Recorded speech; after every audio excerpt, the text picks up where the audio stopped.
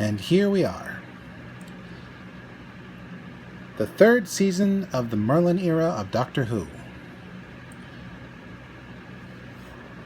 And things finally come full circle. We start in a quaint little village near a lake where the wicked king of Vortigern was defeated by Uther Pendragon. It seems an archaeologist has discovered Arthurian artifacts, namely a scabbard that's said to have contained Excalibur itself. Meanwhile, Unit, who's making one last appearance this series, is transporting a nuclear missile through the poor guy's archaeological site.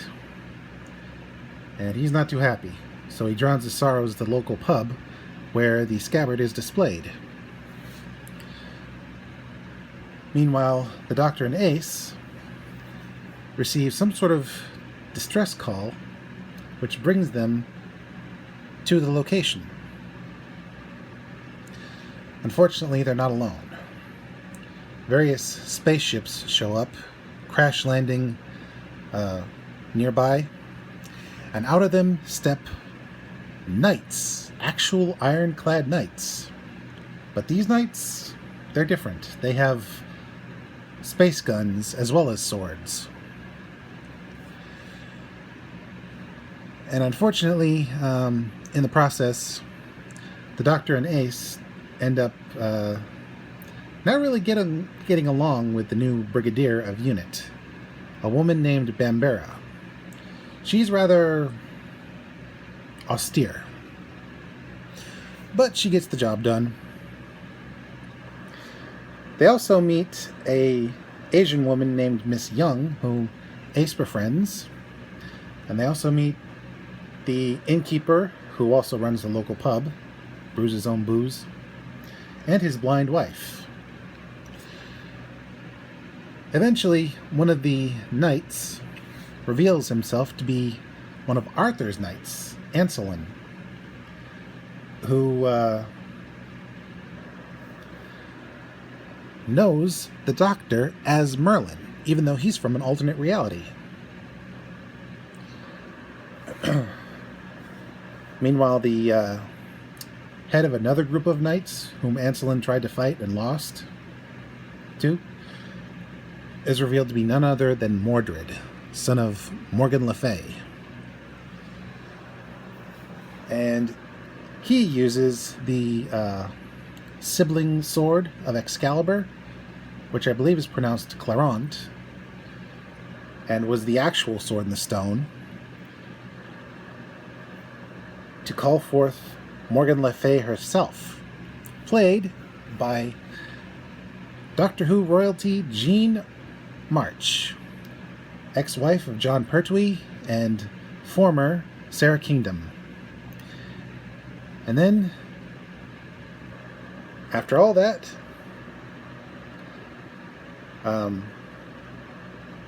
extra help is called for in the form of none other than Brigadier Lethbridge Stewart, who comes out of retirement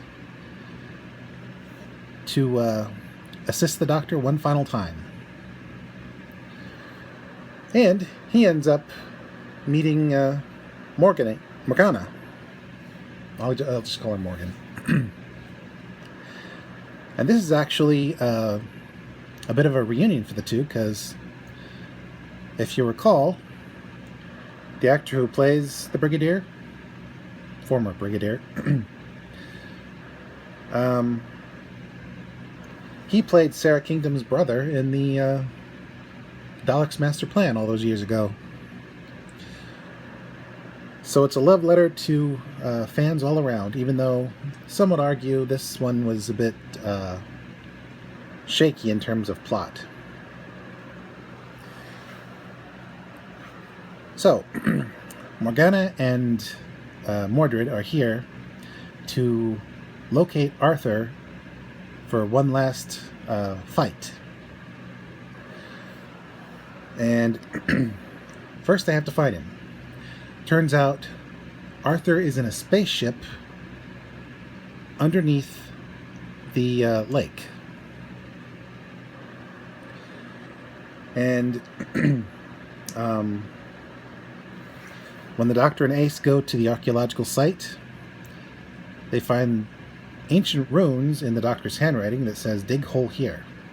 And so Ace uses some of her Nitro 9 to open up a tunnel which leads straight to the spaceship and Arthur's remains. Unfortunately, Ace mistakes Excalibur for the Sword and the Stone, and when she grabs at it, thinking it won't come out, it comes out and releases a death trap, which, as it turns out, was so effective it nearly killed Ace for real. The final part, a soundproof booth that rapidly fills up with water, with Ace inside. Well, turns out that was not very well designed. Whoever designed it didn't realize that water is heavy. And so when the director told Ace to pound on the glass door, he expected it not to crack. But it cracked, leaked, and nearly electrocuted Ace's actor. Luckily, Sylvester McCoy got her out just in time, and you can actually see cracks in the death trap because they used some of the footage from that take. Eventually, Ace ends up swimming her way back to the surface after the Doctor gets her out.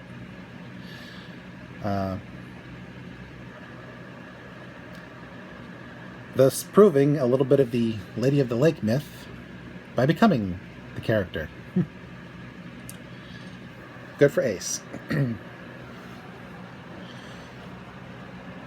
Meanwhile, the Brigadier eventually lands at the archaeological site, nearly getting shot out of the sky by Morgana, who's got some zappers in her fingers, Davros style.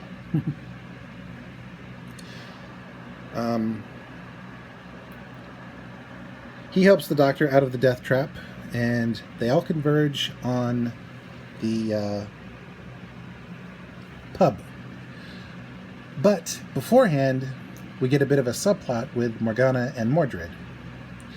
It seems when he picked a fight with Anselin, he was unaware that he was doing it on hallowed ground.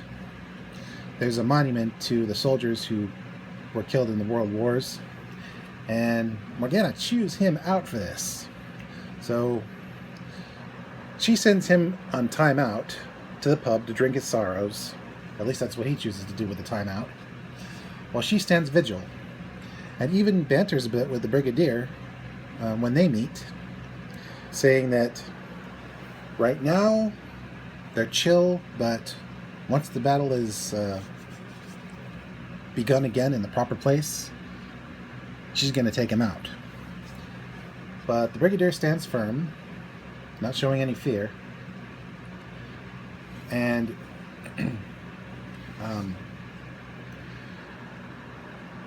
eventually, after Mordred drinks several pints at the pub without paying for them and insulting the innkeeper, Morgana shows up and pulls the knowledge of what the unit personnel are doing out of the poor helicopter pilot's head. She was injured earlier when the chopper went down, so she limped her way back to the pub to try and convalesce. And she even tries to take out Morgana. Unfortunately, she can stop bullets and turn them to dust.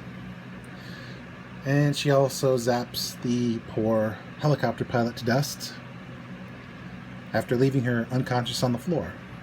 Yet, she treats the civilians decently. paying for the booze by restoring the blind innkeeper's wife's sight.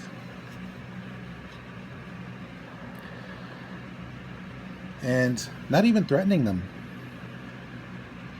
So enemy soldiers take no prisoners, but civilians get treated fairly. She's one of the more decent villains in this series. Anyway, because Morgana can influence things from a distance, she gives Ace and her new friend, Miss Young, the sword and the scabbard, tells them to draw a chalk outline around themselves in the pub, and has them stay in the circle no matter what, which actually protects them. Although Morgana does try to use mind games on them, trying to get them to fight amongst themselves.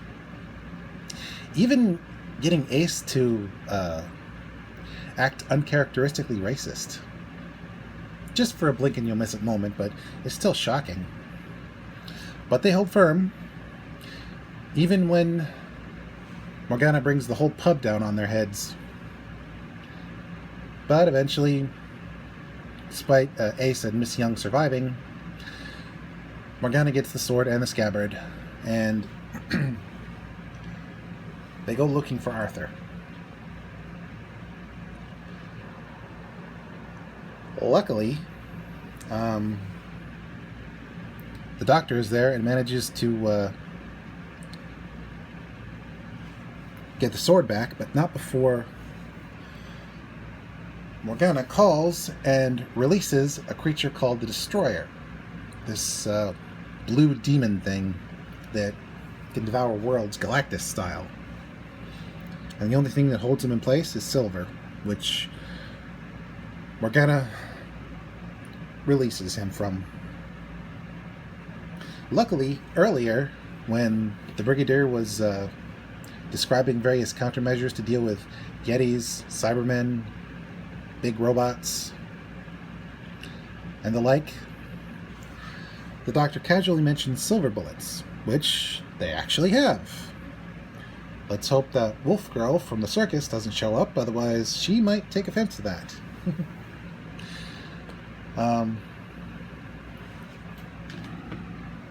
So, when the Destroyer starts gearing up to take a bite out of the planet, the Brigadier knocks the doctor out because whoever goes in there to into the castle ruin to take out the Destroyer probably won't survive,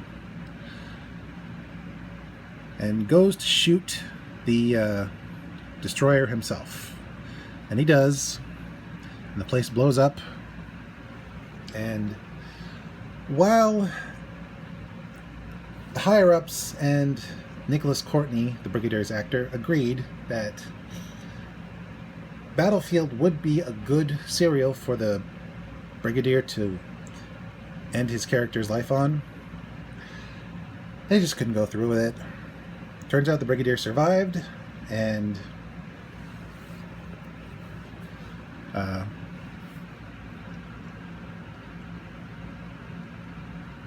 now that basically Morgana and Mordred are defeated, because earlier their army was pitted against the unit personnel, and the unit personnel survived, but it was a somewhat Pyrrhic victory. There weren't many who did survive, and none of Morgana's forces survived except for Mordred. So she decided to utilize the nuke after pulling the knowledge out of Brigadier Bombera's head. But the doctor convinces her, no, it's not the way. She needs an honorable battle with Arthur, finally. Unfortunately, when they put the Excalibur sword back into the stone where Arthur was laying, he doesn't come back. The The body that was there turned to dust a long time ago. Turns out Arthur really did die in battle. He wasn't sleeping. But the Doctor did leave a message for himself, because as it turns out, in the future the Doctor goes to an alternate reality and becomes Merlin. Yeah, he was Merlin all along.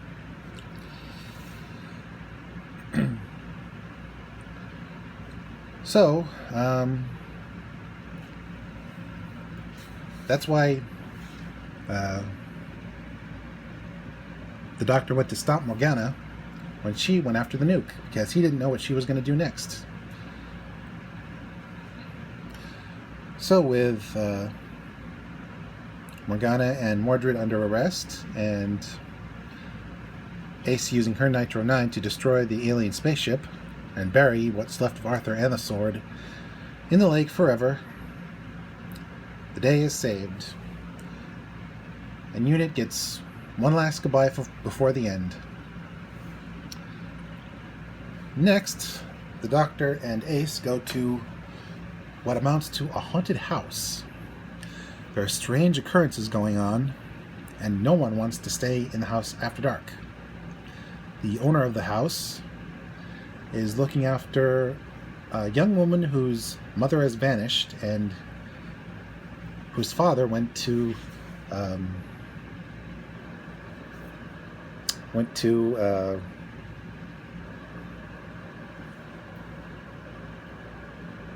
want to say the Congo.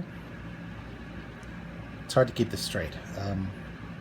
Basically, he went abroad. And when the sun goes down, a bunch of maids who were hiding behind a wall end up coming out. And the Doctor and Ace not only meet them, but also a big game hunter who's apparently searching for himself. He seems to have lost his memory. And then we find out that the owner of the house is possibly an alien who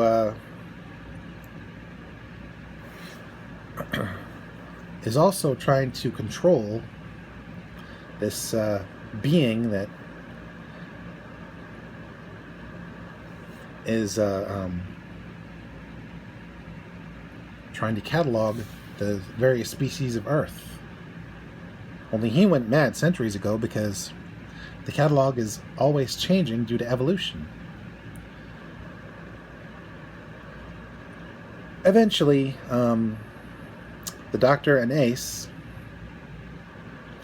find out that they have to release the entity that calls itself Light, that's been trying to catalog everything. And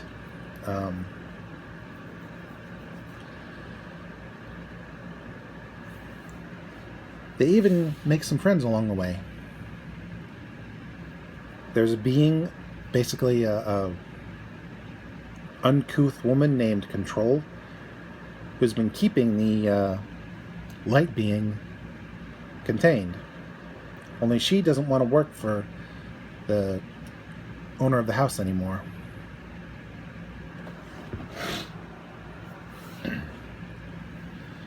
She wants freedom. And they also meet a Neanderthal who's somehow been slightly evolved so he can understand modern English and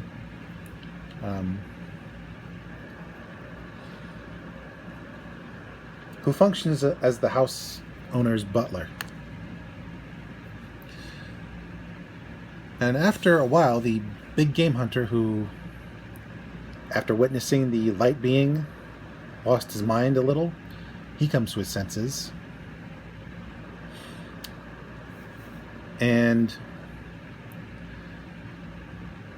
unfortunately, when the Light being is released, he's still insane. He starts zapping everybody because they're in the way.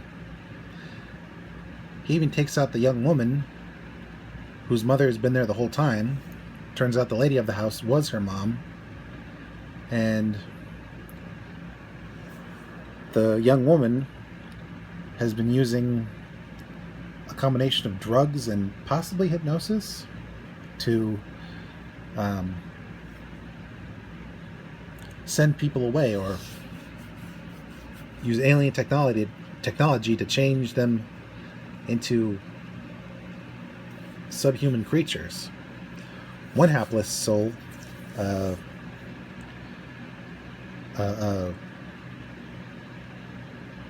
reverend, who is a Darwin denier, gets turned into an ape after eating a banana. That's poetic.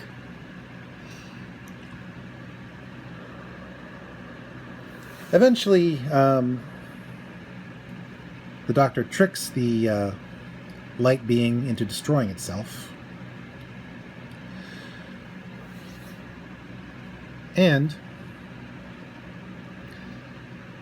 before the ship, the stone spaceship beneath the house, where the light being was entombed, can destroy itself, the Doctor has the control lady, the now slightly de-evolved owner of the house, the Neanderthal man, and the big game hunter fly off and do some exploring, continuing the catalog work of the light being, but not in an obsessive way. Unfortunately, Ace didn't like this adventure because, as it turns out, 100 years from the present, when Ace is 13, she gets dared to go into what's left of the house.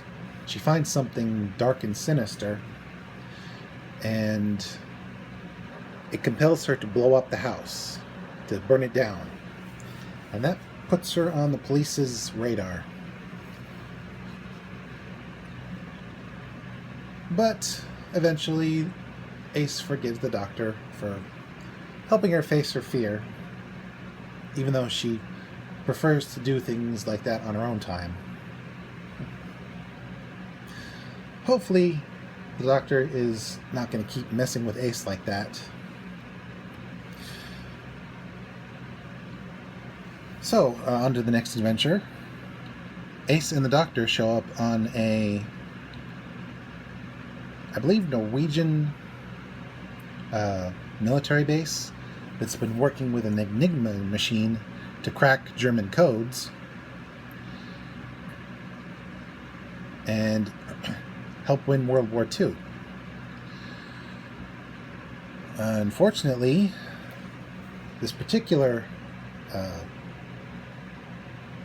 base is built on cursed land. There's a church nearby, which was built on Viking-era burial grounds. And there's a supposed curse, a poison in the very land itself, and tales of vampires, and of a strange fog that causes people to vanish. But it turns out there's a little more truth in this mythology. Because when Russian soldiers show up to steal the Enigma device, it's all part of the plan, according to the commander of the base, who is extremely xenophobic. He doesn't just see the Nazis as the enemy, he sees the Russians as the enemy. And he doesn't care who gets in his way.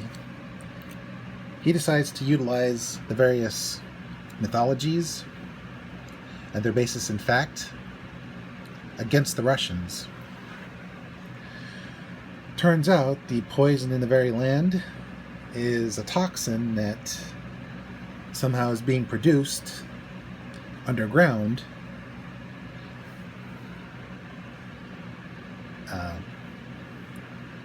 in the town, and he's been searching for this vessel, a bottle or something, that may contain an even more powerful poison. And he wants the Russians to steal the Enigma device because he's sequestered some of the poison in the device itself.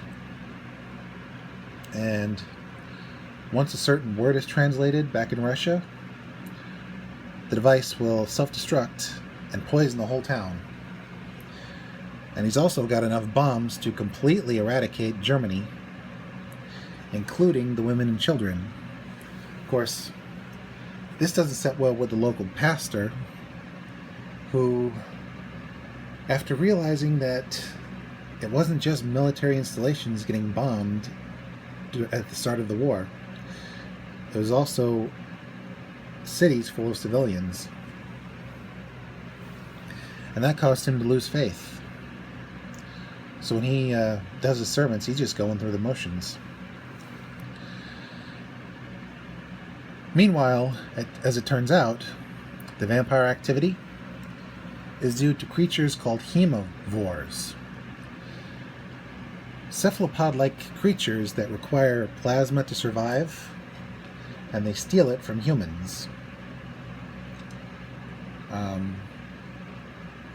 Or what's left of them, because these hemivores come from future Earth. These are what humans evolved into when their planet started becoming toxic due to industry.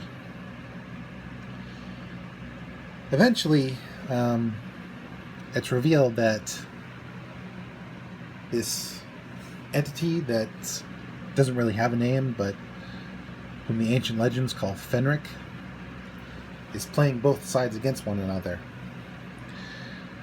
and knows the Doctor.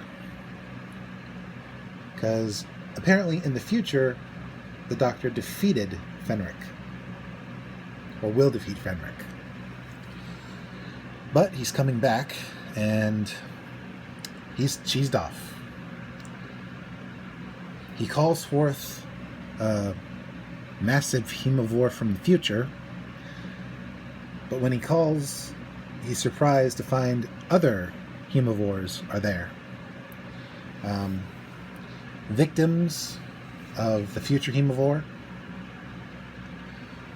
that had been at the source of vampire mythologies in that region. And adding on to that mythology, turns out faith really does drive them off, but not necessarily one particular faith.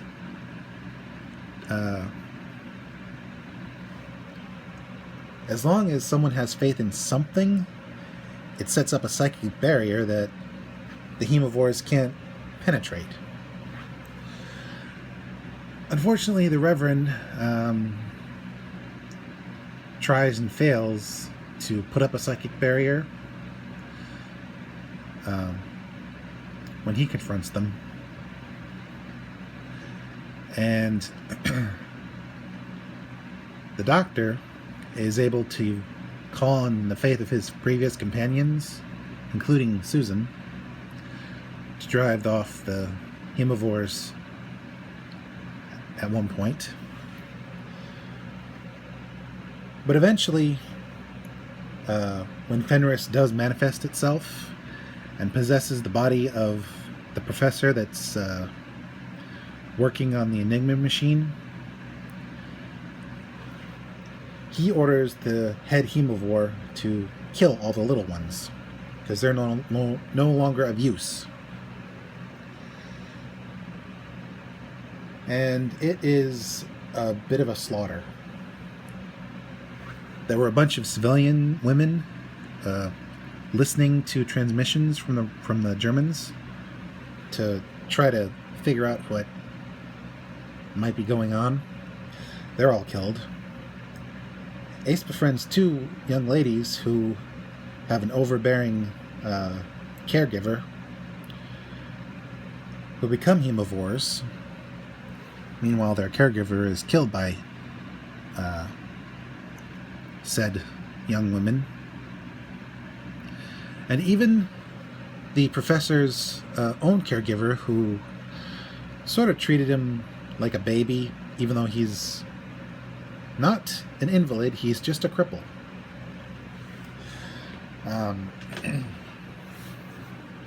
And eventually, the Russian and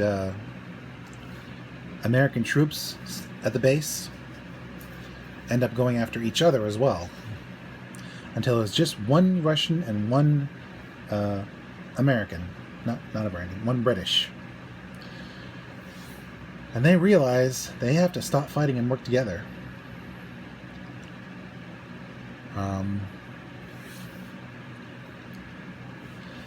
And that's what Fenric was waiting for. Because he's basically playing a perpetual game of chess with the Doctor. And the move that Ace sees, because she learned a bit of logic puzzle prowess when she was in school.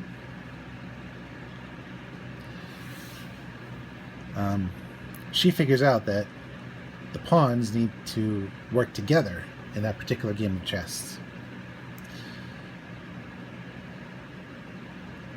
And that now means that Fenric can kill the Doctor and Ace, because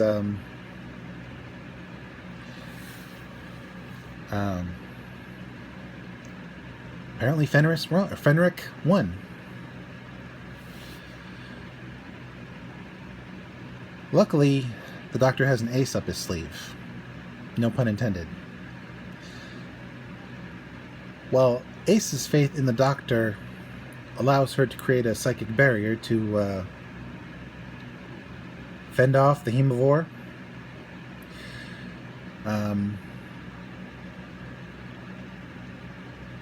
the Doctor ends up basically breaking her faith in him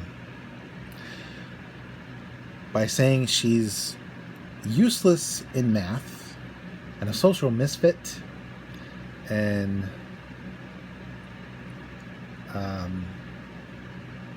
he really just insults her. And what's worse,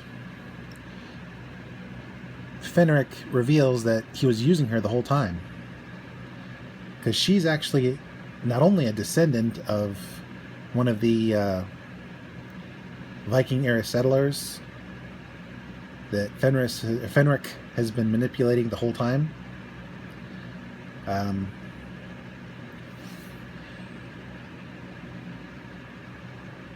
He also reveals that a woman that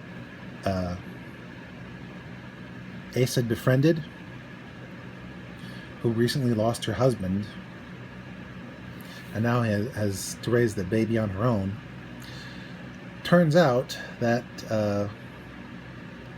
woman is Ace's own grandma.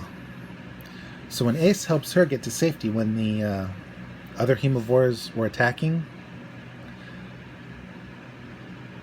she sets up her own future, because 30 years from then, the baby grows up and has Ace, and apparently she wasn't the greatest mom.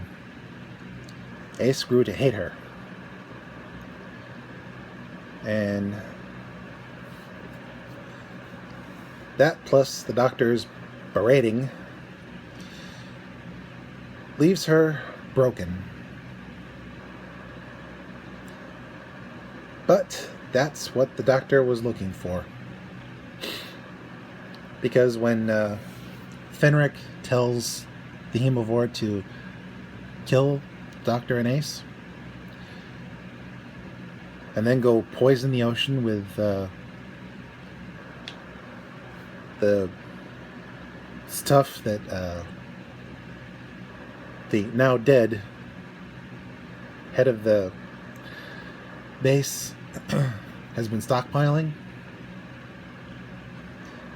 the Hemivore doesn't listen, because earlier the doctor had mentioned that it's possibly this very act which causes the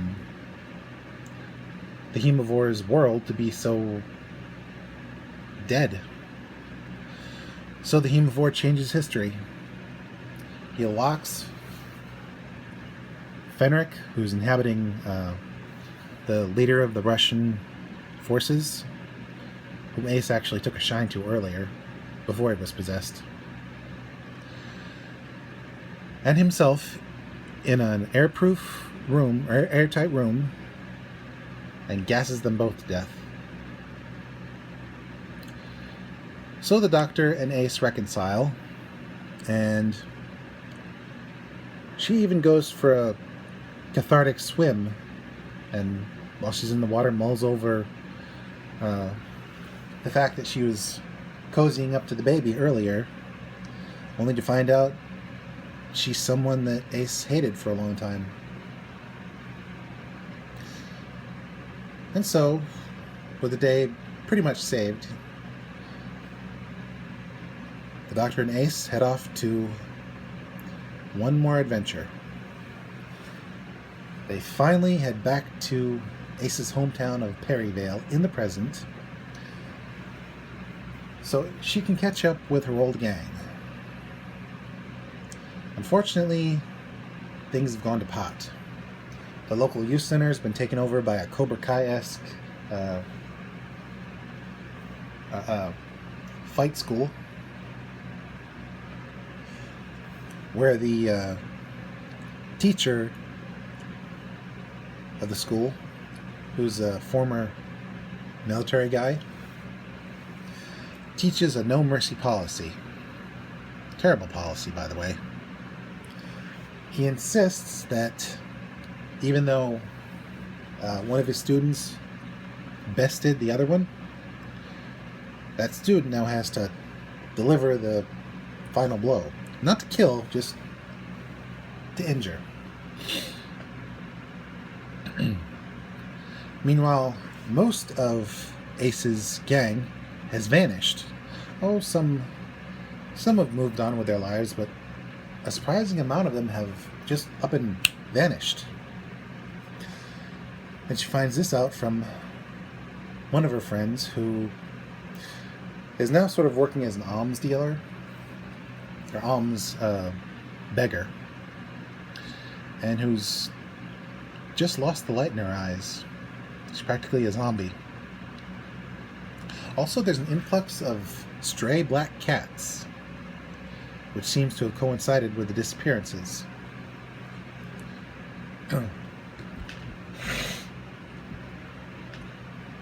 Excuse me. Eventually, the Doctor and Ace find out that the stray black cats aren't from Earth. They're creatures called kitlings, who feed on carrion like vultures, and who have the power to teleport. And they've been teleporting people to a dying world where the planet itself is a living entity, more so than a normal world. And anyone who stays there for too long and starts succumbing to the aggressive influence becomes a cat person, a cheetah person. And eventually the Doctor and Ace find out that these cheetah people are under the thrall of the Master, who's managed to escape the Time Lords, but has become trapped on this world. And even it's affecting him. It's turning his eyes greenish yellow, giving him fangs. And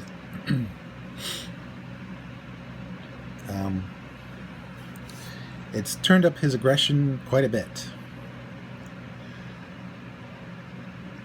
Eventually, Ace finds survivors who've managed to keep themselves alive somehow. And they Ace, the doctor, and that military teacher who ended up getting pulled along for the ride when the doctor got one of the Kitlings to teleport him to the dying world. They band together for survival. Unfortunately, the more generally aggressive you are, the quicker you succumb to the effects. And so, after finishing off a wounded cat person, Midge, one of Ace's friends, he develops the yellow eyes and fangs and aggression that makes him a prime candidate for servitude for the Master. Also, Ace befriends a cat person named Kala, who she had to bean with a rock earlier, purely for self-defense, and whom Ace saved from drowning due to a combination of a concussion and thirst. But eventually, Ace's aggressive nature causes her to start changing, but she just gets the eyes, not the fangs. And Kala takes her on as a sister. But, thanks to the doctor's influence, Ace resists the temptation to just be an animal. And eventually, everybody ends up back on Earth. The Master utilizes Midge's new ability to teleport, because apparently the cat people can do that too. And the Doctor convinces Ace to carefully utilize her newfound ability to send them all back to Earth. Although the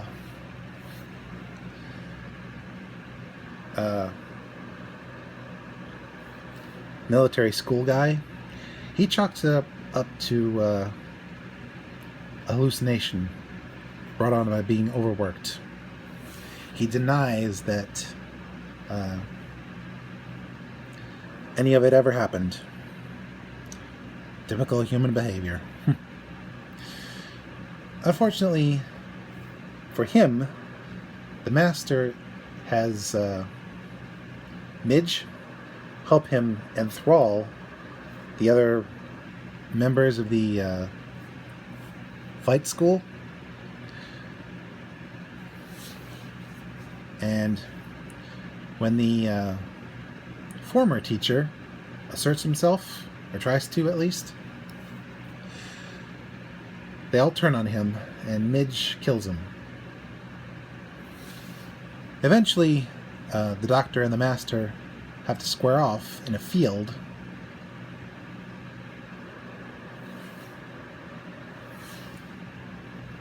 And Ace is prevented from fighting because the more she fights, the quicker she changes. And so the Doctor gets on a motorcycle and basically does a joust with Midge, who has his own motorcycle. They crash together. Everybody survives, but Midge is heavily wounded. And the Master simply lets him die because he's no longer of use. So then he sicks his new minions, the enthralled humans, on Ace, who, with her hands not metaphysically, metaphorically tied, she does the only thing she can do. She calls for help. Luckily, Kala, who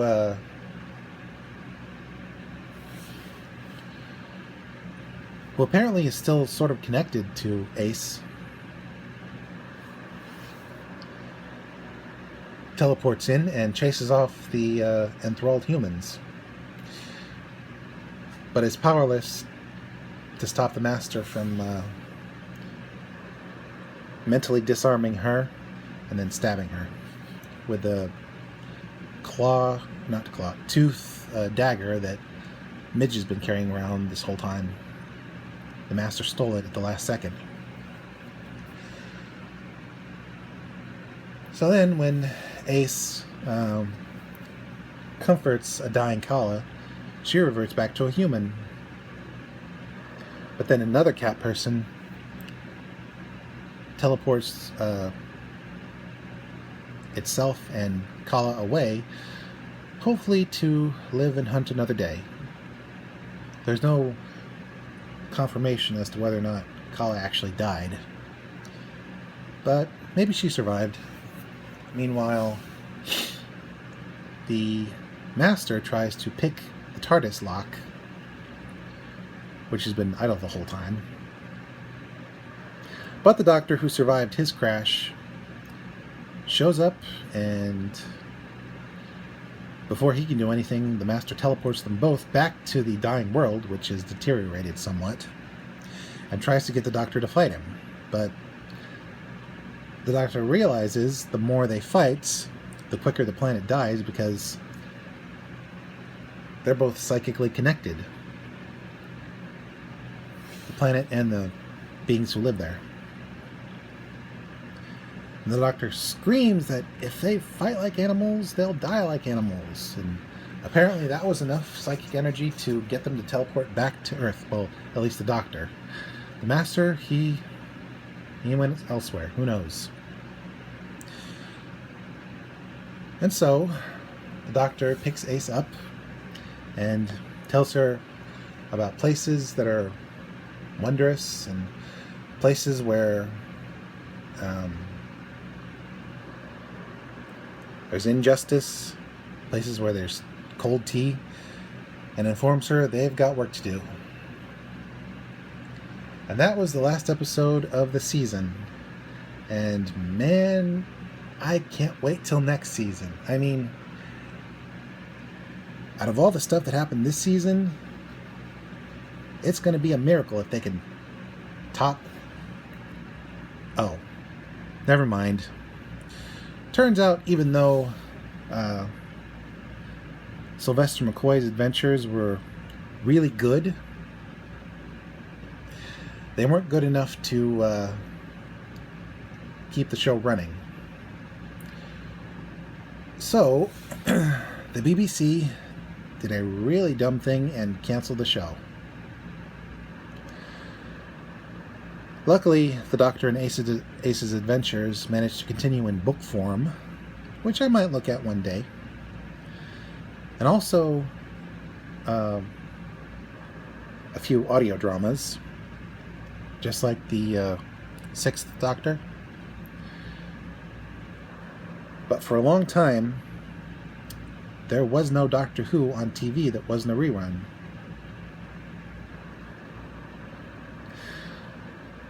But that didn't stop others from keeping the show alive in other forms. So, join me next time when we have a bit of downtime and see what some of the former Team TARDIS members are getting up to. This is Mr. J signing out and reminding you, umbrellas with question mark handles are cool. And always have faith in the Doctor.